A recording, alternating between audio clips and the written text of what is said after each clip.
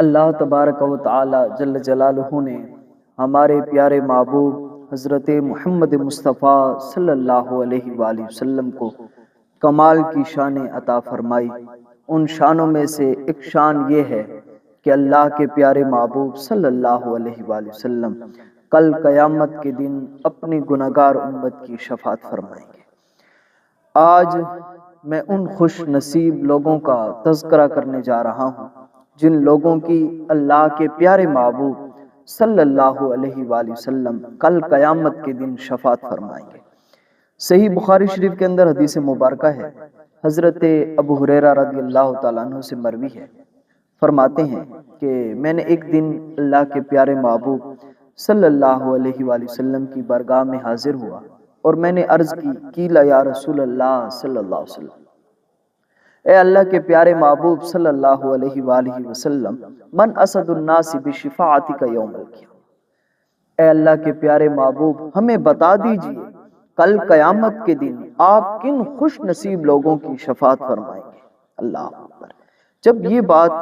حضرت ابو ہریرہ رضی اللہ تعالیٰ عنہ نے میرے پیارے محبوب صلی اللہ علیہ وسلم کی بارگاہ میں کی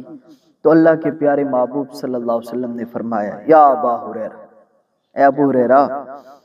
اللہ یسألنی عن ہذہ الحدیث اول منک، اے پیارے صحابی رسول تجھے خبر ہو یہی والی بات آپ سب سے پہلے مجھ سے پوچھ رہے ہیں، آپ سے ماقبل مجھ سے یہی بات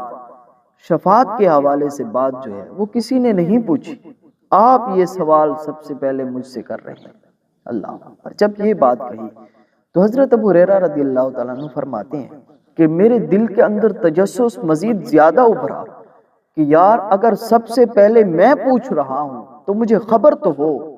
کہ اللہ کے پیارے محبوب صلی اللہ علیہ وسلم کن خوش نصیب لوگوں کا اس میں گرامی لیتے ہیں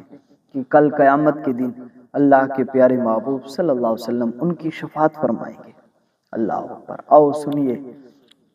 میرے کریم محبوب صلی اللہ علیہ وآلہ وسلم نے فرمایا،